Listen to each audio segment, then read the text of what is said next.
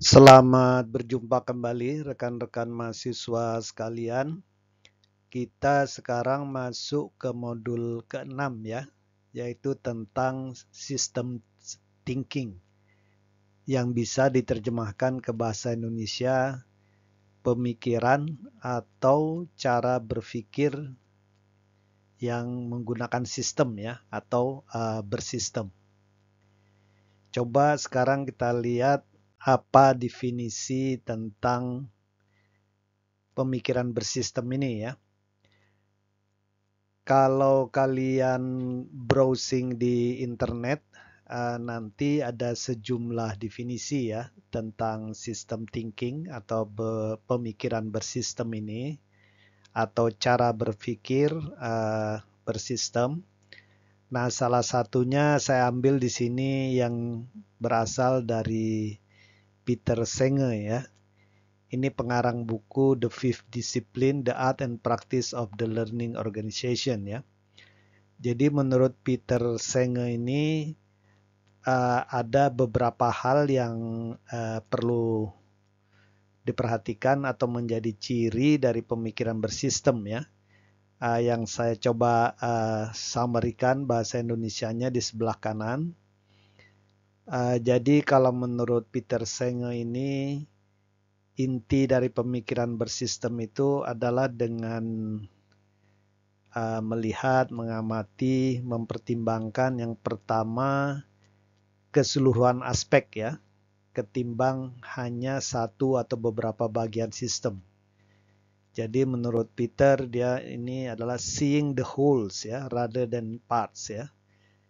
Jadi dalam mempelajari suatu masalah kita coba melihat elemen-elemen sistemnya itu apa saja dan kemudian kita berusaha melihat keseluruhan sistem tersebut ya, ketimbang hanya beberapa bagian sistem yang terkait dengan masalah yang kita lihat.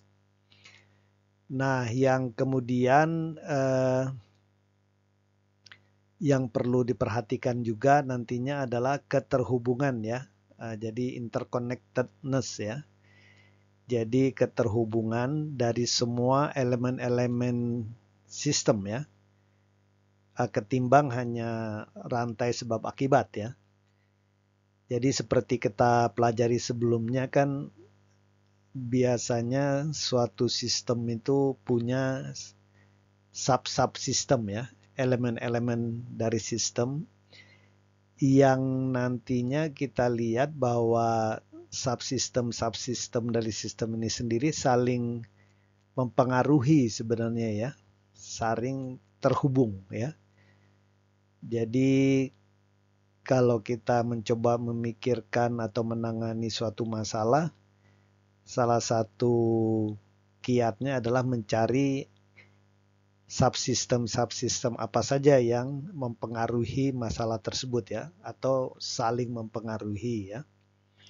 Nah, kemudian juga menurut Peter Senge ini, kalau kita melihat permasalahan itu, kita harus melihat seluruh proses perubahan ya. Karena nanti kita lihat suatu permasalahan itu selalu ada masa lalunya, ada selalu kemungkinan masa depannya ya. Jadi kalau kita hanya melihat snapshot apalagi yang terjadi saat ini, mungkin nanti kita akan kehilangan sesuatu ya. Jadi ini 3 inti dari pemikiran bersistem. Jadi coba lihat keseluruhan sistem, seluruh aspek. Kemudian coba lihat keterhubungan antara subsistem dan coba melihat variasi temporal dari permasalahan tersebut ya. Bagaimana sistem ini prosesnya berubah dari waktu ke waktu ya.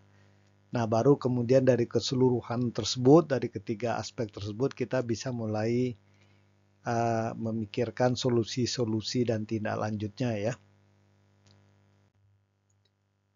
Mungkin di antara kalian ada yang bertanya-tanya gitu ya, bedanya pemikiran bersistem dengan pemikiran tradisional yang biasa kita lakukan apa sih ya? Jadi kalau dilihat pemikiran tradisional itu pertama-tama dia sifatnya analitis atau redaksionis ya. Jadi kalau dalam pemikiran bersistem kan kita berusaha melihat seluruh aspek keterhubungan antara subsistemnya dan seluruh proses. Tetapi justru dalam tradisional linear thinking, kita malah biasanya berusaha membuat masalah yang kompleks menjadi sejumlah bagian yang lebih kecil dan kita mencari solusi tunggal yang kita cari ya. Jadi kita justru berusaha mereduksi ya kekompleksitasan sistem menjadi sesuatu yang sifatnya lebih linear ya. Dan biasanya dalam traditional thinking kita biasa berusaha mencari hubungan sebab akibat ya yang sederhana ya. Ya memang ini manusiawi ya dan kadang-kadang yang tidak ada salahnya ya. Dari sesuatu yang kompleks kita berusaha mensederhanakan kemudian kita cari sebab akibat ya. Ya memang bisa saja semacam itu, tapi dalam traditional thinking ini ada kemungkinan kita melupakan atau mengabaikan sejumlah aspek yang sebenarnya mempengaruhi ya permasalahan yang sedang kita coba telaah ya. Dan kemudian pendekatan tradisional ini memang juga biasanya menekankan pengamatan terhadap masa lalu ya.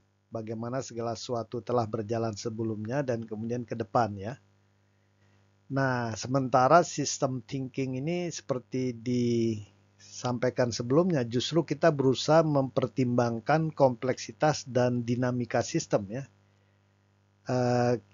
Dan di samping itu dalam pemikiran bersistem kita juga tidak hanya melihat ke belakang ya, tapi kita juga berusaha melihat ke depan ya. Seandainya diambil keputusan ini, apa yang akan terjadi di masa depan?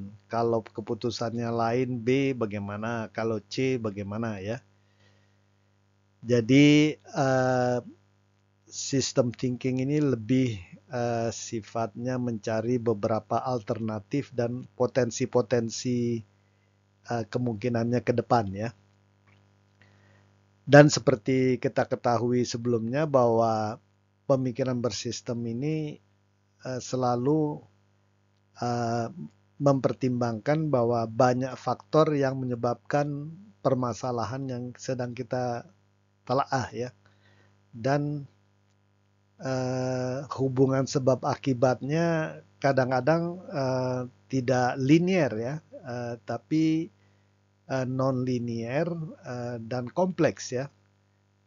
Dan kadang-kadang ada yang tidak bisa kita lihat ya, kadang-kadang sulit dipahami. Karena itu biasanya dalam pemikiran bersistem kita tidak percaya bahwa hanya ada satu solusi ya yang terbaik menyelesaikan segalanya ya. Jadi malah lebih kita berpikiran bahwa banyak solusi ya. Ada solusi untuk kondisi-kondisi tertentu, ada solusi untuk kondisi-kondisi lainnya ya.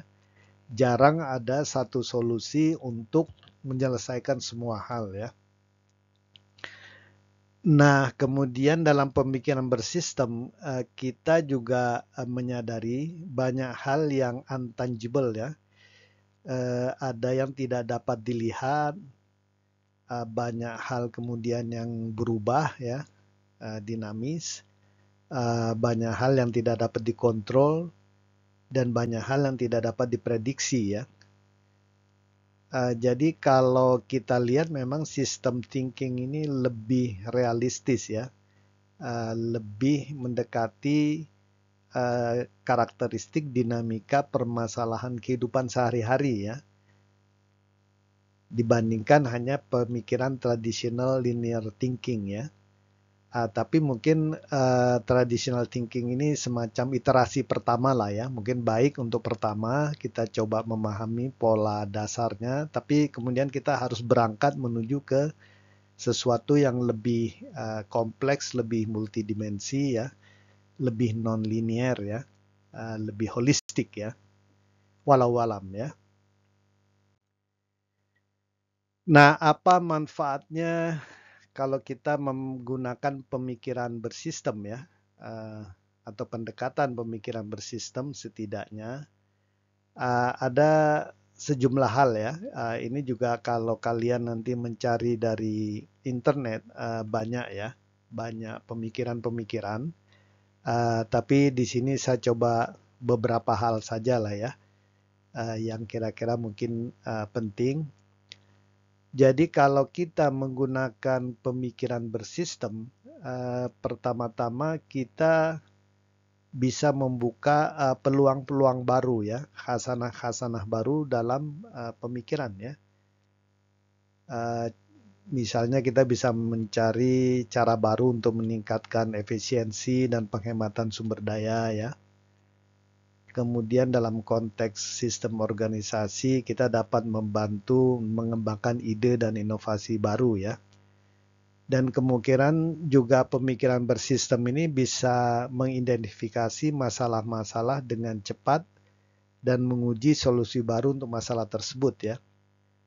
Jadi pemikiran bersistem ini semacam pemikiran critical thinking dan juga out of the box ya. Jadi kita berusaha mempertimbangkan seluruh kemungkinan, seluruh peluang ya yang mungkin ada ya, dan berusaha melihat hal-hal yang tidak nampak di permukaan ya. Kita berusaha melihat hal-hal yang tersirat, hal-hal yang intangible ya. Karena kadang-kadang peluang-peluang baru itu memang tidak real, tidak nampak secara fisik ya, tetapi dia sebenarnya tersembunyi kadang-kadang ya. Yang kedua, kalau kita menggunakan pemikiran bersistem, kita melihat keseluruhan sistem, kita melihat saling keterhubungan antar sistem ya.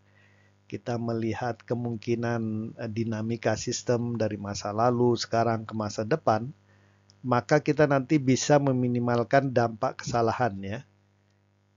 Jadi dalam pemikiran bersistem ini keputusan yang diambil secara gerasa gerusu ya, tanpa data dan informasi yang valid itu tidak dianjurkan ya. Jadi analisis sistem ini perlulah ya, meminimalkan dampak kesalahan yang berpotensi terjadi ke depannya ya. Nah, kemudian manfaat dari sistem thinking yang berikutnya adalah kita bisa membuat rencana yang realistis ya. Karena kita melihat keseluruhan sistem, hubungan antar elemen dan seterusnya, kita juga melihat kendala, constraint, input, output ya. Kita akhirnya bisa membuat suatu rencana yang realistis ya, ke depannya ya, mempertimbangkan seluruh plus minus dari situasi dan kondisi sistem dan juga lingkungan ya yang melingkupi sistem ya. Mungkin kalian masih ingat 9 elemen dari sistem. Di samping subsistem kan ada environment ya, ada lingkungan di luar sistem, ada kendala-kendala constraint sistem, ada tujuan sistem ya, ada input, ada output, ada boundary, ada interface ya, ada koneksi antar sistem ya. Nah, nanti kalau kita menggunakan pendekatan pemikiran bersistem, insya Allah nanti rencana yang kita buat itu lebih realistis lah ya, lebih doable ya, bisa dieksekusi ya. Nah, kemudian yang keempat, ini manfaat dari pemikiran bersistem juga adalah kita dapat menggunakan pemikiran bersistem kalau ada sesuatu yang kok ini nggak jalan ya. Misalnya ada desain yang gagal, ada rencana yang tidak sesuai harapan gitu ya. Ada proyek-proyek yang kok tidak sesuai rencana ya. Nah, maka kita bisa menggunakan pendekatan pemikiran bersistem ini ya. Pertama-tama tentunya kita coba pelajari ke-9 elemen sistem ya, kemudian koneksi antara subsistemnya ya, kemudian dinamika sistem secara temporal, kemudian juga interkoneksi ya antara subsistem dan elemen-elemen sistem semuanya ya. Nah, nanti di situ kita baru bisa mendiagnosis, oh ternyata kegagalan ini di sini, di sini, di sini. Oh, ini permasalahannya karena ada sesuatu yang belum dipertimbangkan dengan baik dan seterusnya ya. Jadi itu manfaat yang keempat ya. Tentunya masih banyak lah manfaat-manfaat lainnya ya. Tapi ini kira-kira yang penting-penting lah ya. Nah, dalam pemikiran bersistem ini ada sejumlah pemikir yang menganggap ini konsep-konsep fundamental dari pemikiran bersistem ya. Ini oleh Leila Akaroglu ya. Nanti coba kita jelaskan masing-masing. Jadi mulai dari interconnectedness, pemikiran sirkular, kemudian emergence, melihat keseluruhan, sintesis, dan hubungan-hubungan ya. Jadi ada 6 konsep fundamental dari pemikiran bersistem. Coba kita lihat satu persatu di sini ya. Yang pertama keterhubungan ya, interconnectedness. Jadi pemikiran bersistem itu selalu memastikan atau selalu beranggapan bahwa selalu ada keterhubungan ya, interconnectedness antara elemen-elemen sistem maupun antar sub-subsistem ya. Jadi di sini pemikiran bersistem itu memerlukan perubahan pola pikir kita ya, dari yang sebelumnya tradisional linear menjadi sirkular ya, saling terhubung di dalam sistem berpikir kita. Jadi prinsip dasarnya itu adalah segala sesuatu itu saling berhubungan ya. Meskipun kadang-kadang kita belum bisa melihat keterhubungan tersebut, tapi bukan berarti keterhubungan itu tidak ada ya. Masalahnya mungkin kita saja yang belum bisa melihat ya. Jadi ini pendefinisian dari sistem sebelumnya ya, yang mungkin kita refresh lagi. Jadi menurut Donella Meadows ini, sistem ini adalah sekumpulan komponen-komponen yang bekerja bersama-sama dalam suatu lingkungan tertentu untuk melaksanakan fungsi-fungsi apa saja ya, untuk mencapai dari sistem objektif ya. Jadi selalu terjadi keterhubungan ya. Dan kita lihat di dalam sistem kehidupan sendiri sebenarnya juga ada saling keterhubungan ya, saling membutuhkan ya, antara hewan dengan tanaman, hewan lain dengan hewan lain, manusia dengan lingkungan, manusia dengan manusia lain, dan seterusnya ya. Meskipun realitas sehari-hari kadang-kadang kita menafikan hal tersebut, tapi bukan berarti keterhubungan itu tidak ada ya.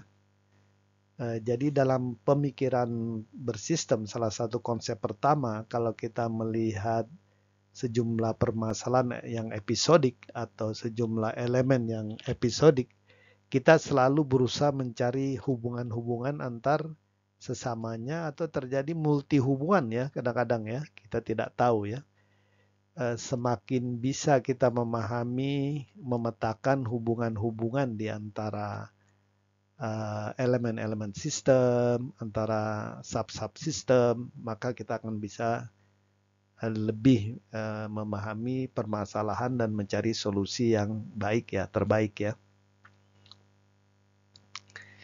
Jadi kita dalam konsep pemikiran bersistem tidak bisa melihat dunia ini sebagai suatu yang mekanik ya, sesuatu yang hanya pola sebab akibat saja ya, yang linear dan terstruktur. Tapi ini dunia ini merupakan rangkaian hubungan dan umpan balik, feedback yang dinamis ya, saling berhubungan dan kerap berubah, dan kadang-kadang ya memang nampak kacau ya, nampaknya kacau, chaotic. Tapi sebenarnya tidak realnya mungkin tidak kacau ya, tapi cuma kita saja yang belum memahami ya. Dan ini keterhubungan ini kan kalau dalam dunia ilmiah memang kita melihat keterhubungan antara hal-hal yang di dunia fisik, di dunia kita ini ya. Tetapi kalau kita naik satu level lebih tinggi ke dunia-dunia yang spiritual, nanti kita lihat bahwa akan ada keterhubungan-keterhubungan yang sifatnya lintas sistem ya. Jadi maksudnya tindak tanduk kita di dunia real saat ini itu akan mempengaruhi mungkin keberuntungan kita, masa depan kita, amal ibadah kita di dunia akhirat dan seterusnya ya. Tapi itu sudah masuk ke dunia metafisika yang saya pikir bukan bagian dari kuliah kita kali ini ya. Kuliah kita kali ini pemikiran sistem itu masih di dunia fisik ya. Belum kita hubungkan dengan di dunia metafisik. Tapi saya maksudnya hanya ingin menyampaikan bahwa keterhubungan ini pun bisa ditarik antara metafisik dan dunia fisik kita ya. Walau alam. Selanjutnya konsep pemikiran bersistem yang perlu kita perhatikan yaitu sintesis ya. Jadi sintesis ini kalau secara semantik adalah penggabungan dua hal atau lebih untuk menciptakan atau mencari hal-hal yang baru ya. Jadi dalam pemikiran bersistem tujuan kita itu adalah sintesis. Dalam artian kita berusaha melihat keseluruhan ya. Kalau analisis kan kita melihat part by part tapi dalam ya. Tapi kalau dalam sintesis kita berusaha melihat ke semua elemen-elemen sistem dan kita berusaha mencari keterhubungan ya antar semua elemen-elemen sistem. Jadi dalam sintesis ini kita berusaha memahami keseluruhan ya dari sistem dan bagian-bagiannya serta keterhubungan dan koneksi-koneksi yang membentuk dinamika sistem secara keseluruhan ya. Sedangkan kalau dalam analisis kan biasanya kita melihat komponen itu lebih detail satu persatu ya. Meskipun menurut saya tidak bisa dipertentangkan ya, tapi posisinya saja ya. Jadi dalam pemikiran bersistem itu kita berangkat dari sintesis dulu, memahami keseluruhan secara global ya. Kita berusaha melihat hubungan-hubungan, interkoneksi. Kita juga berusaha melihat dinamika, proses dan seterusnya ya. Nah kemudian kalau kita sudah memahami semua secara menyeluruh, secara holistik, kalau nanti diperlukan untuk meneropong lebih dalam aspek-aspek tertentu dari sistem, nah di situ kita menggunakan analisis, ya silakan ya. Tapi dalam pemikiran bersistem, kita mendahulukan sintesa ya, sintesis dulu ketimbang analisis. Karena kalau kita mengedepankan analisis di awal, kita bisa kehilangan the big picture. Kita bisa kehilangan interkoneksi. Kita bisa kehilangan variasi ya, dinamika ya. Jadi mulai dengan sintesis, kalau diperlukan nanti untuk meneropong beberapa hal, baru kita masuk ke sintesis ya. Nah selanjutnya konsep yang ketiga adalah dalam pemikiran bersistem kita harus selalu siap dengan kemunculan ya, emergence, hal-hal yang baru ya, yang merupakan sinergi dari sejumlah faktor ya. Dan ini sangat mungkin terjadi di dalam suatu penelaan berdasarkan pemikiran bersistem ya. Karena kita melihat secara menyeluruh ya, the wholes not the part. Kemudian kita juga mencari interkoneksi dari elemen-elemen sistem. Kita berusaha melihat variasi dan dinamika ya daripada perubahan sistem, dan kita juga memahami bahwa sesama sistem itu saling berinteraksi, maka kemunculan hal-hal yang baru itu adalah sesuatu yang sifatnya natural ya. Jadi pemikiran bersistem ini harus selalu terbuka untuk kemungkinan munculnya hal atau fakta baru ya, atau fakta-fakta yang lebih besar ya. Jadi kita tidak boleh terkotak-kotak dalam silo-silo. Di sini digambarkan ya. Kalau dalam pemikiran itu kita jumut ya, hanya percaya dengan yang diajarkan. Kita tidak mau tahu hal-hal yang lain ya. Padahal segala sesuatu itu, ilmu itu kan luas sekali ya. Atau bahkan kalau kita berangkat dari hal-hal yang lebih spiritualitas ya. Kalau dalam Al-Quran itu dikatakan bahwa ilmu Allah, ilmu Tuhan itu dibandingkan ilmu kita tidak ada apa-apanya ya. Kalau misalnya lautan itu dijadikan tinta untuk menulis ilmu Tuhan, ilmu Allah ya, dan itu 7 lautan, kemudian ditambah lagi, itu tuh belum selesai. Jadi berangkat dari situ, kita tidak boleh mendewakan pemikiran kita ya. Jadi pemikiran kita ini sangat kecil ya. Jadi kemungkinan hal-hal yang tidak kita ketahui, pengetahuan kita tidak ketahui itu jauh-jauh lebih banyak daripada hal yang kita ketahui. Oleh sebab itu dengan menggunakan pemikiran bersistem, maka kita akan menjadi orang yang open mind ya. Tapi kita juga selalu menjadi orang yang selalu berusaha mencari ilmu-ilmu baru ya. Karena kita tahu bahwa ilmu-ilmu baru yang belum diketahui oleh manusia, oleh kita, jauh lebih banyak ya. Sehingga ini membuat optimisme kita ya, dalam terus berusaha berinovasi ya, melakukan riset, penelitian, dan lain-lainnya ya. Jadi jangan pesimistis ya, kita harus selalu optimistis karena banyak hal yang sebenarnya masih menunggu usaha kita, inovasi kita, riset kita ya, penelitian kita, pengembangan kita untuk menemukan hal-hal yang baru ya. Jadi ini konsep ketiga dalam pemikiran bersistem, yaitu kemunculan ya.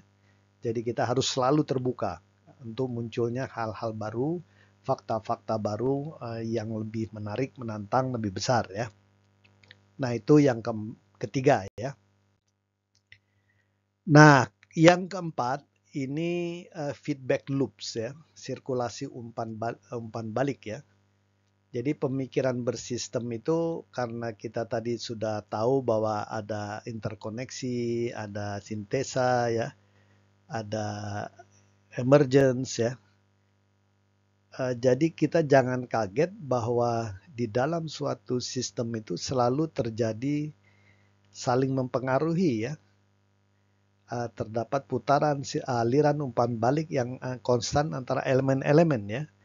Jadi saling berhubungan yang hubungannya sendiri tidak statik ya.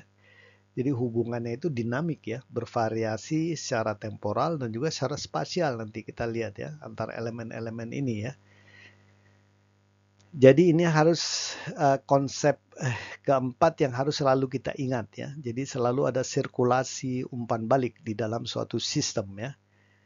Nah tentunya kita harus bisa mencoba mengamati, memahami. Kalau kita mau melakukan intervensi ya kita harus paham dulu ya.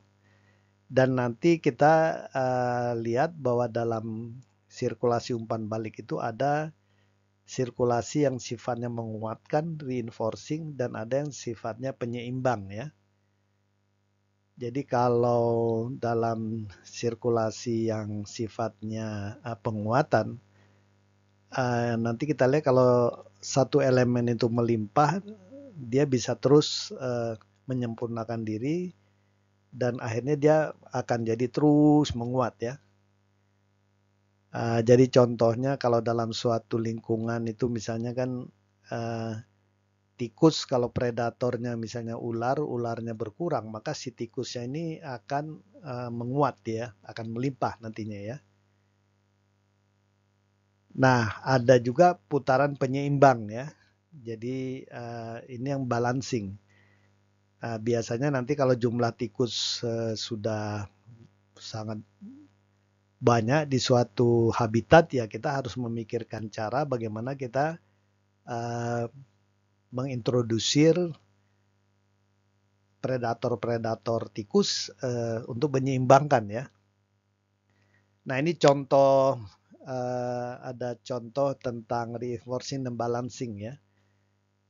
Jadi kita lihat di sini satu ya tentang demografi ini ya.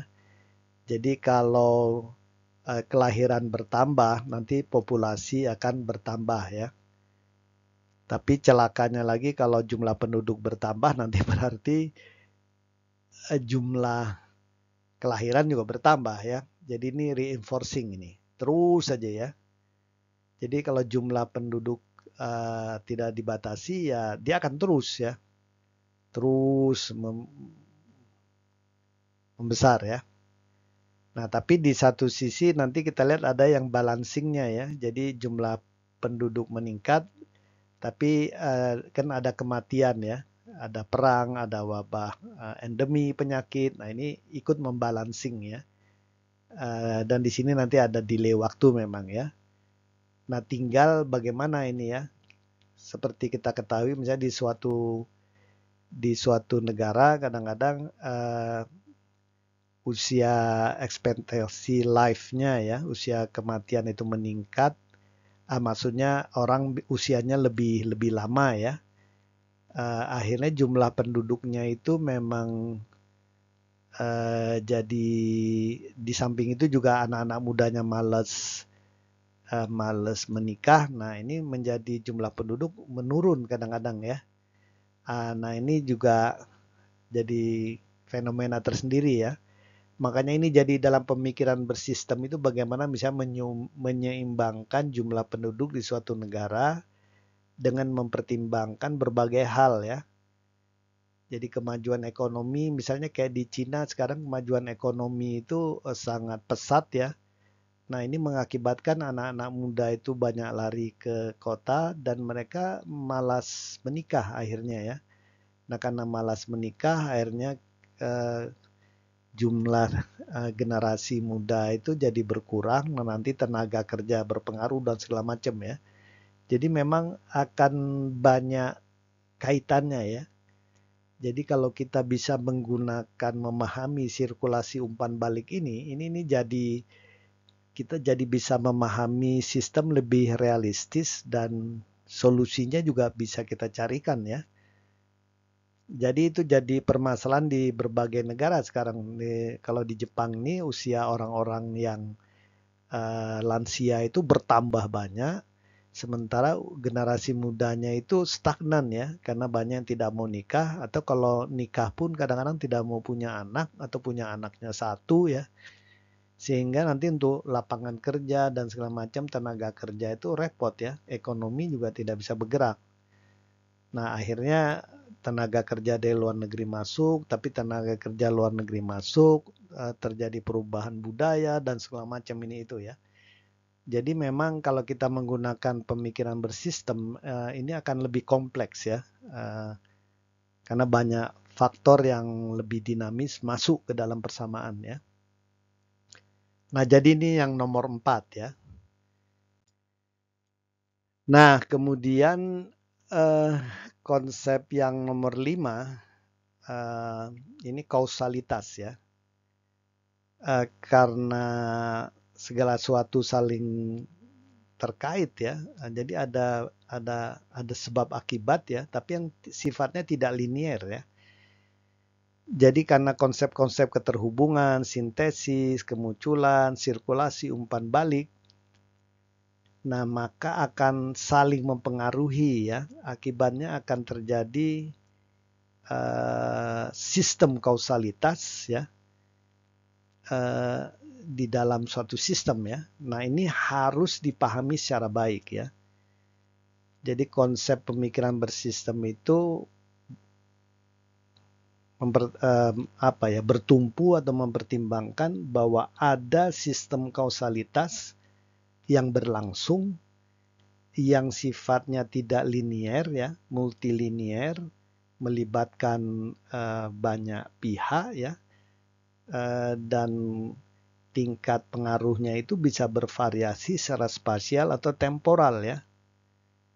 Jadi ini seperti kita lihat kan 9 komponen sistem sebelumnya ya.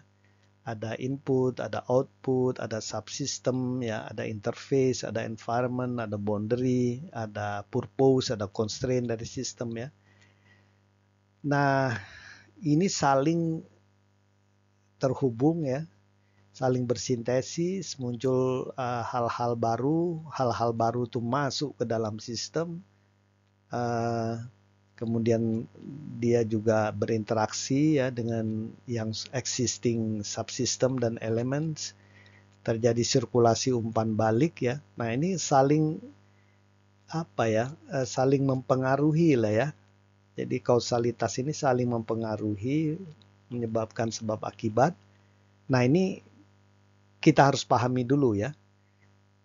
Kalau kita tidak memahami sistem kausalitas yang berlangsung, maka nanti kita sulit memahami secara sistem dengan baik, dan akibatnya nanti decision makingnya yang berdasarkan sistem tersebut menjadi kurang optimal ya, atau tidak pas ya.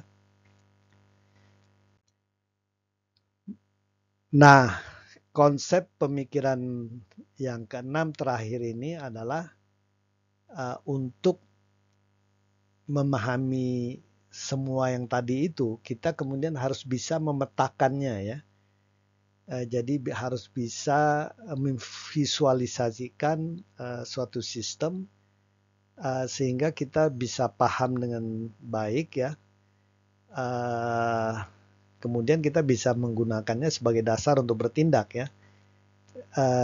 Dan ini memang banyak ya cara memetakan sistem ya. Dulu kita misalnya belajar flowchart ya, atau kita belajar cara-cara lain lah ya, menggunakan grafik, menggunakan macam-macam ya.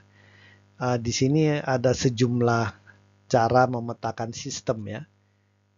Meskipun ini juga kalau menurut saya kadang-kadang kalau sistemnya semakin kompleks, kita tidak cukup hanya dengan grafik-grafik ini ya.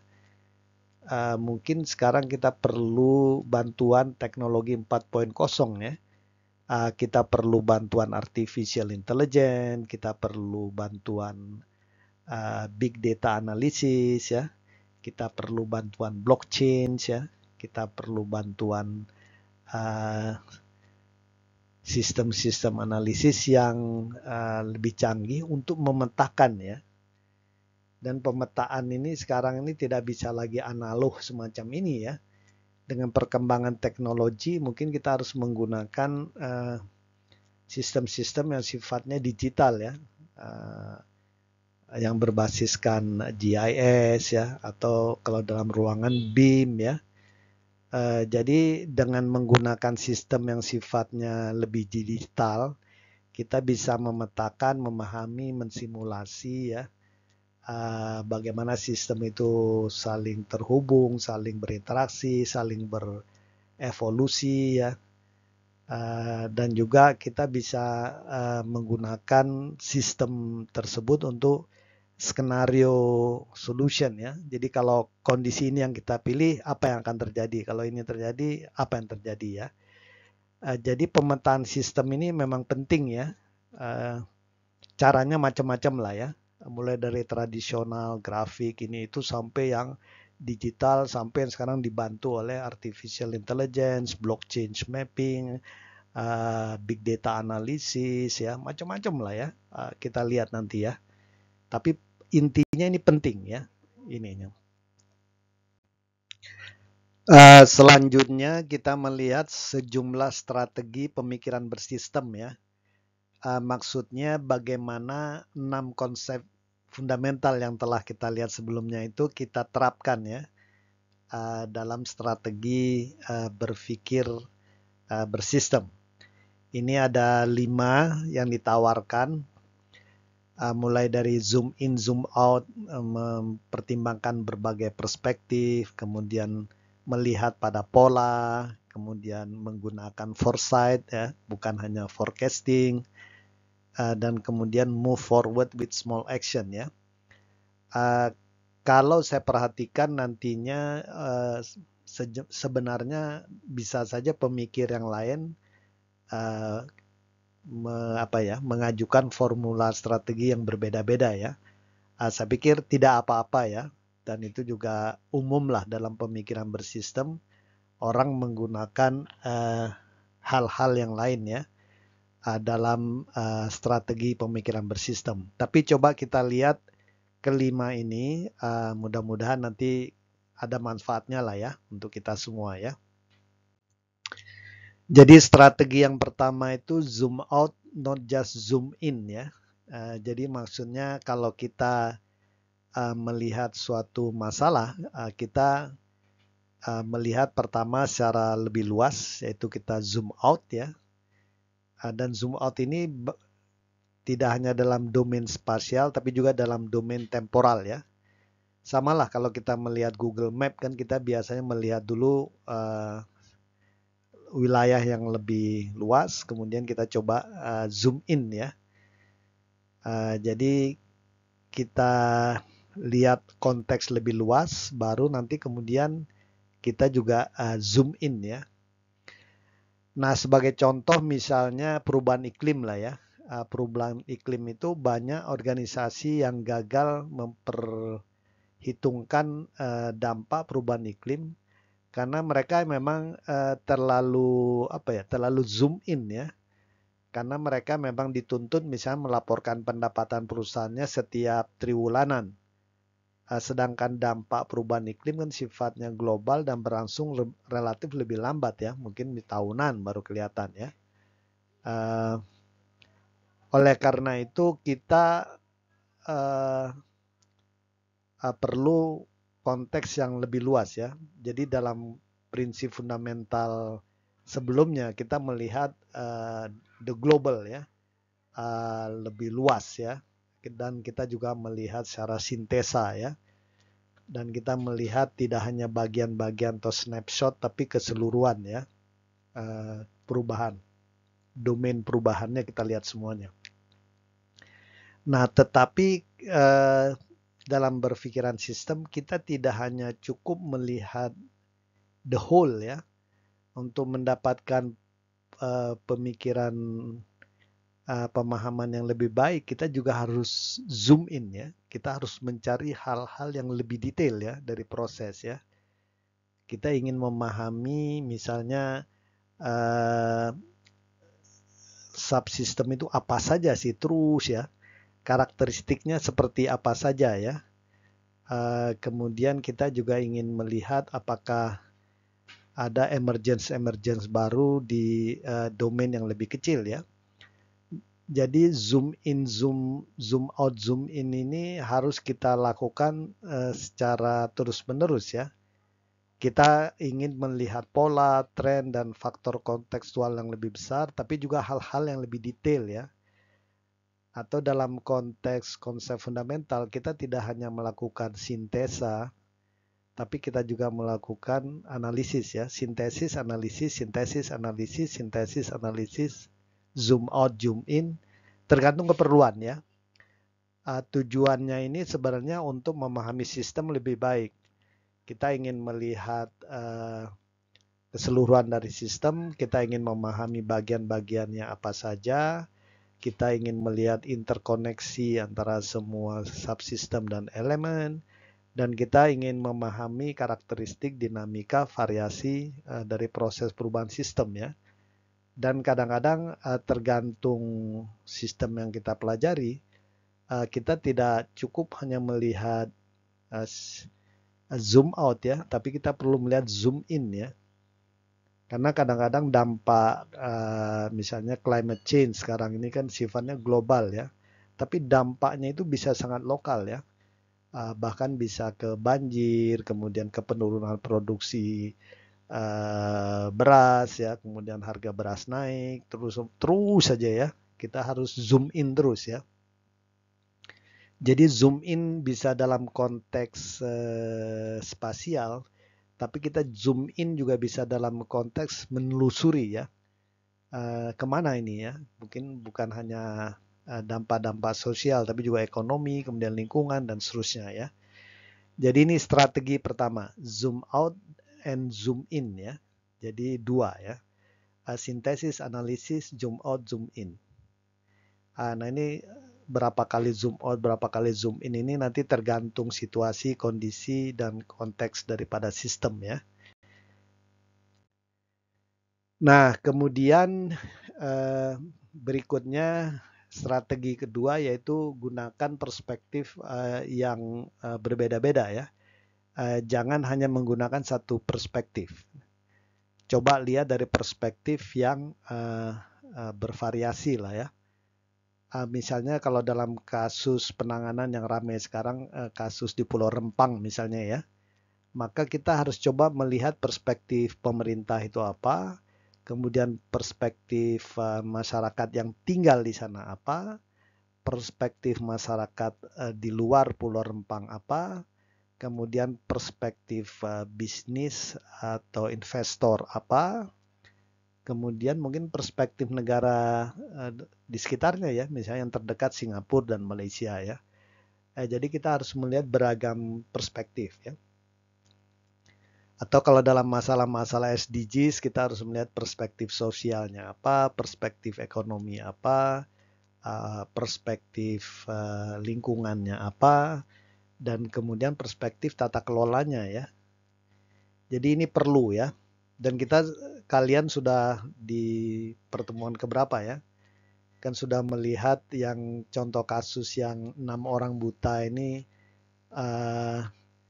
diminta memberikan pendapat tentang gajah ya. Nah, tergantung bagian gajah mana yang dipegang, ya akhirnya masing-masing orang buta itu memberikan pandangan yang berbeda-beda tentang gajah tersebut ya. Masing-masing tidak salah, tapi tidak benar juga ya. Tapi kalau kemudian ke-6 orang buta ini digabungkan pemikiran pandangannya, nah baru nampak perspektif yang lebih utuh. Atau bahkan 6 orang buta ini juga kalau kita gabung-gabung belum tentu bisa utuh semua ya.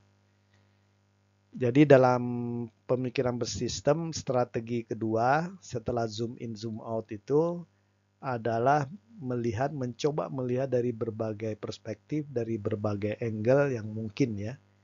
Jadi membuat kita lebih adil lah ya dalam berpendapat.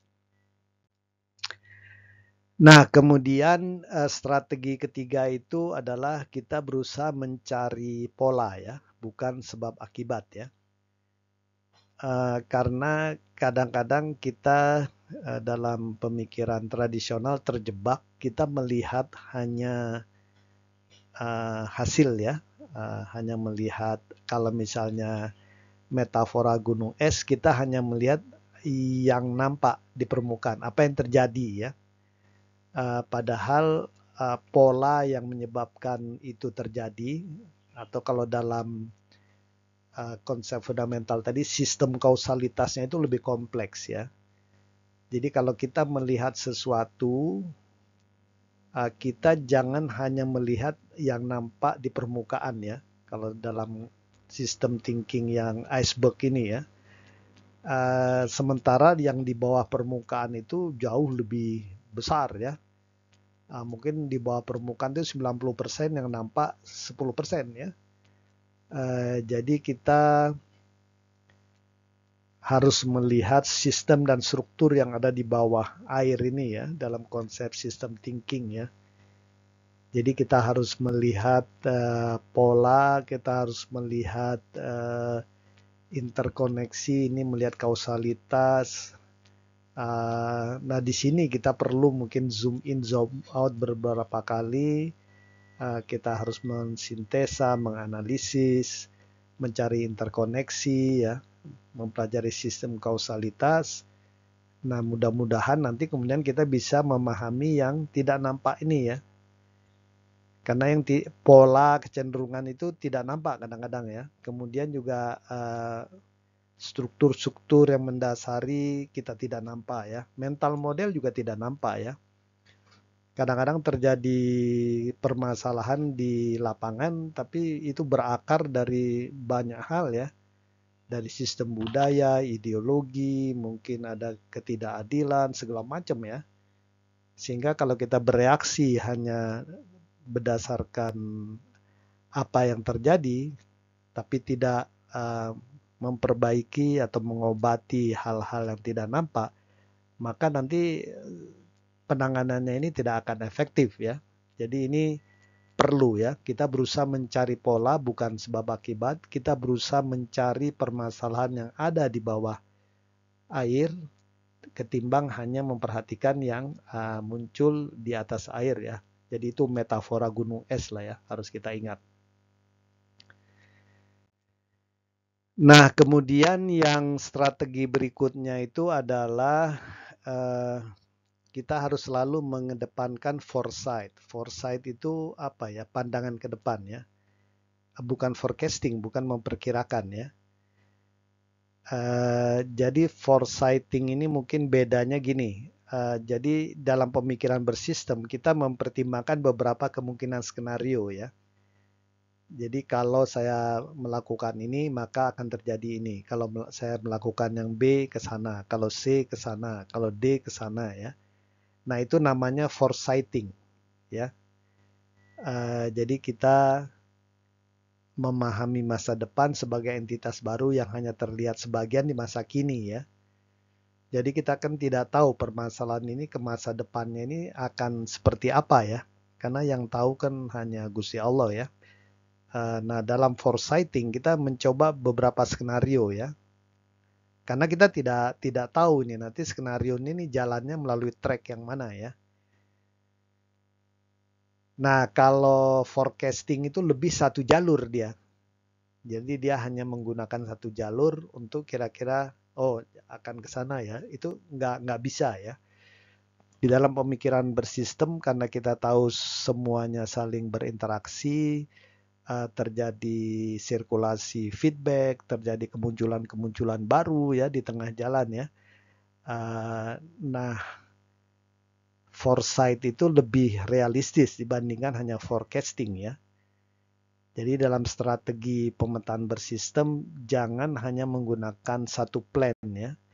Kalau bisa punya plan A, plan B, plan C, plan D dan seterusnya ya. Jadi ini strategi yang ketiga ya, penting ini. Nah, kemudian strategi yang kelima, yang terakhir menurut pemikir ini ya, itu kita harus mulai dengan langkah-langkah kecil ya. Tujuannya itu agar kita tahu bagaimana sistem bereaksi ya.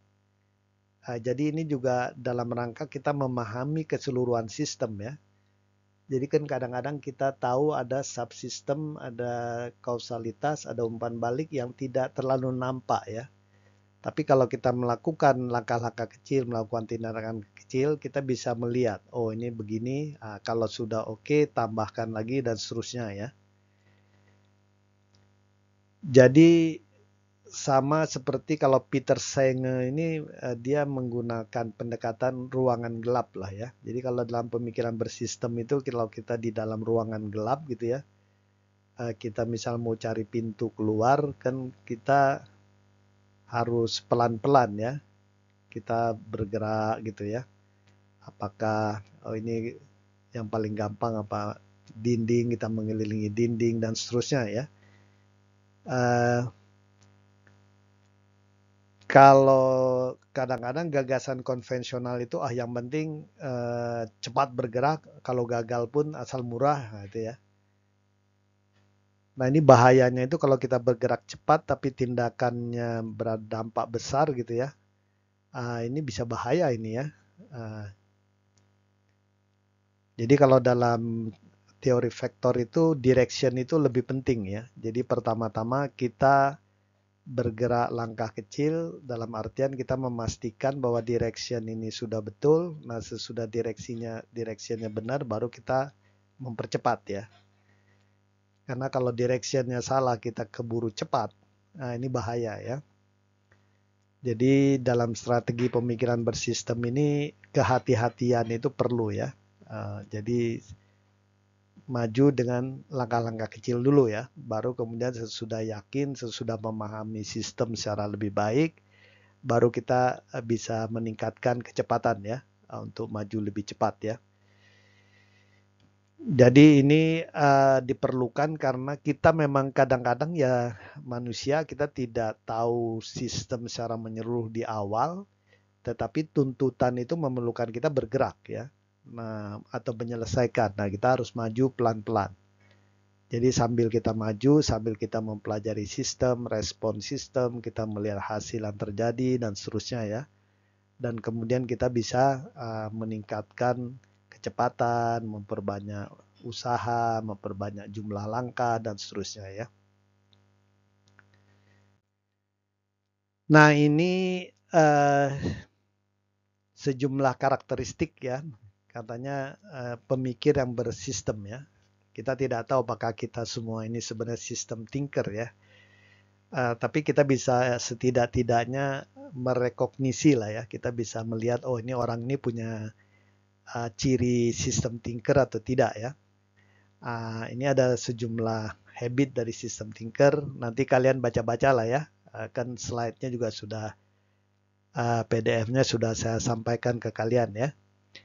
Nah, di sini ada yang mengatakan bahwa salah satu ciri sistem thinker, pemikir bersistem itu dia terbiasa melihat big picture ya. Jadi kalau ada orang yang terbiasa melihat keseluruhan ya, dia tidak mau bertindak sebelum memahami segala sesuatu dengan baik, oh berarti dia pemikir bersistem. Dan kemudian dia juga tidak puas hanya dengan melihat snapshot ya. Dia akan melihat konsekuensi jangka panjang, jangka pendek, dan seterusnya ya.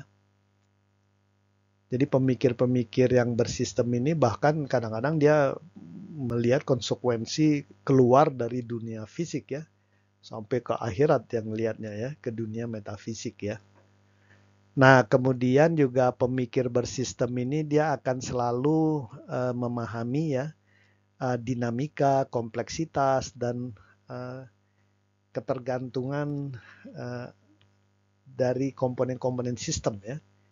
Akibatnya kita lihat nanti pemikir bersistem ini bukannya dia slow thinker ya, tapi dia sebenarnya berusaha memahami ya dinamika sistem. Dia tidak mau mengeluarkan pendapat dan seterusnya kalau dia belum memahami betul ya.